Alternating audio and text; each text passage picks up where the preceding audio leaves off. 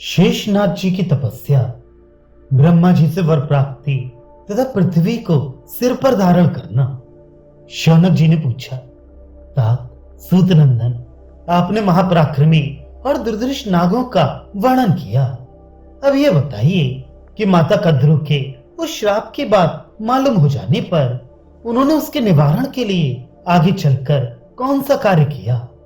उग्र शिवाजी ने कहा, शौनक, उन नागों में से महायशस्वी भगवान शेषनाग ने कद्रु का साथ छोड़कर कठोर तपस्या प्रारंभ की। वे केवल वायु पीकर रहते और संयम पूर्वक व्रत का पालन करते थे। अपने इंद्रियों को वश में करके सदा नियम पूर्वक रहते हुए शेष जी गंधमादन पर्वत पर जाकर बद्रिकाश्रम तीर्थ में तप करने लगे। तत्पश्चात गोकर्ण, पुष्कर, हिमालय के तटवर्ती प्रदेश तथा भिन्न भिन्न पुण्य तीर्थों और देवालयों में जाकर संयम नियम के साथ एकांतवास करने लगे। ब्रह्मा जी ने देखा शेषनाग घोर तप कर रहे हैं। उनके शरीर का मांस, त्वचा और नाड़ियां सूख गई हैं।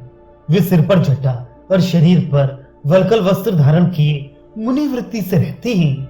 उनमें सच्चा धैर्य है और वे निरंतर तप में संलग्न हैं। ये सब देखकर ब्रह्मा जी उनके पास आए और बोले, शेष, तुम ये क्या कर रहे हो? समस्त प्रजा का कल्याण करो।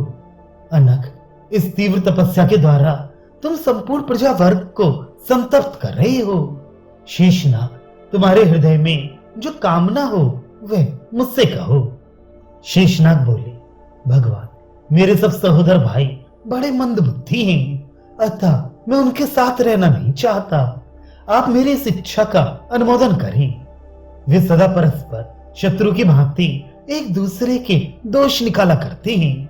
इससे ऊब कर मैं तपस्या में लग गया हूँ, जिससे मैं उन्हें देख ना सकूं।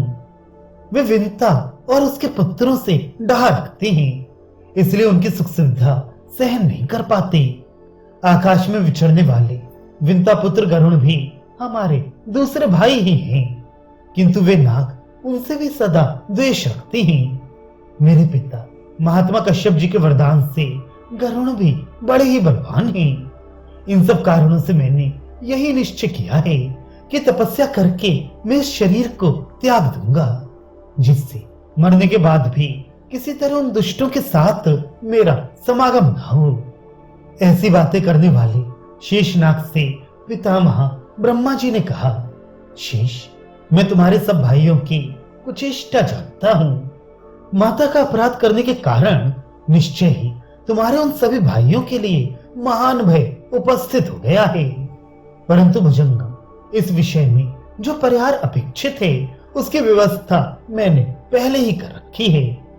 अतः अपने संपूर्ण भाइयों के लिए तुम्हें शोक नहीं करना चाहिए। शेष, तुम्हें जो अभीष्ट हो वह वर मुझसे मांग लो। तुम्हारे ऊपर मेरा बड़ा प्रेम है, अतः आज मैं तुम्हें अवश्य वर दूंगा। पनगुत्तम, ये सौभाग्य की बात है कि तुम्हारी बुद्धि धर्म में दृढ़ता पूर्वक लगी हुई है। मैं भी आशीर्वाद देता हूँ कि तुम्हारी बुद्धि उत्तरोत्तर धर्म में स्थित रहे। शेष जी ने कहा, देव, पितामह, परमेश्वर, मेरे लिए यही अभीष्ट वर है कि मेरी बुद्धि सदा धर्म, मनोनिग्रह तथा तपस्या में लगी रहे। ब्रह्मा जी बोले, शेष, तुम्हारे इस इंद्रिय संयम और मनोनिग्रह से मैं बहुत प्रसन्न हूँ। अब मेरी आज्ञा से प्रजा के हित के लिए ये कार्य जिसे मैं बता रहा हूँ तुम्हें करना चाहिए। शेषनाग पर्वत, वन, सागर, ग्राम, विहार और नगरों सहित ये समूची पृथ्वी प्राय हिलती डोलती रहती है। तुम इसे भली भांति धारण करके इस प्रकार स्थित रहो जिससे पूर्णतः अचल हो जाए। शेषनाग ने कहा, प्रजापति, आप वरदायक देवता, समस्त प्रजा के पालक, पृथ्वी के रक्षक, भूत प्राणियों के स्वामी और संपूर्ण जगत के अधिपति हैं। आप जैसी आज्ञा देते हैं उसके अनुसार मैं इस पृथ्वी को इस तरह धारण करूंगा जिससे ये हिले डुले नहीं। आप इसे मेरे सिर पर रख दें। ब्रह्मा जी ने कहा, नागराज शेष, तुम पृथ्वी के नीचे चले जाओ। ये स्वयं तुम्हें वहां जाने के लिए मार्ग दे देगी। इस पृथ्वी को धारण कर लेने पर तुम्हारे द्वारा मेरा अत्यंत प्रिय कार्य संपन्न हो जाएगा। उग्र शिवाजी कहते ही नागराज वासुकी के बड़े भाई सर्वसमर्थ भगवान शेष ने बहुत अच्छा कहकर ब्रह्मा जी की आज्ञा शिरोधार्य की और पृथ्वी के विवर में प्रवेश करके समुद्र से घिरी हुई इस वसुधा देवी को उन्होंने समुद्र से पकड़कर सिर पर धारण किया। तभी से पृथ्वी स्थिर हो गई। तदनंतर ब्रह्मा जी बोले, नागोत्तम, तुम शेष हो, धर्मी तुम्हारा आराध्य देव है। तुम अकेले अपने अनंत फलों से इस सारी पृथ्वी को पकड़कर उसी प्रकार धारण करते हो जैसे मैं अथवा इंद्र।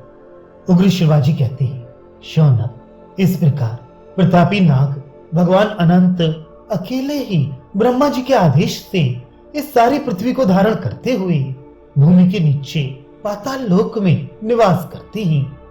तत्पश्चात देवताओं में श्रेष्ठ भगवान पितामह ने शेष नाग के लिए विंतानंदन गरुड़ को सहायक बना दिया। अनंत नाग के चले जाने पर नागों ने महाबली वासुकी का नागराज के पद पर उसी प्रकार अभिषेक किया जैसे देवताओं ने इंद्र का देवराज के पद पर अभिषेक किया था।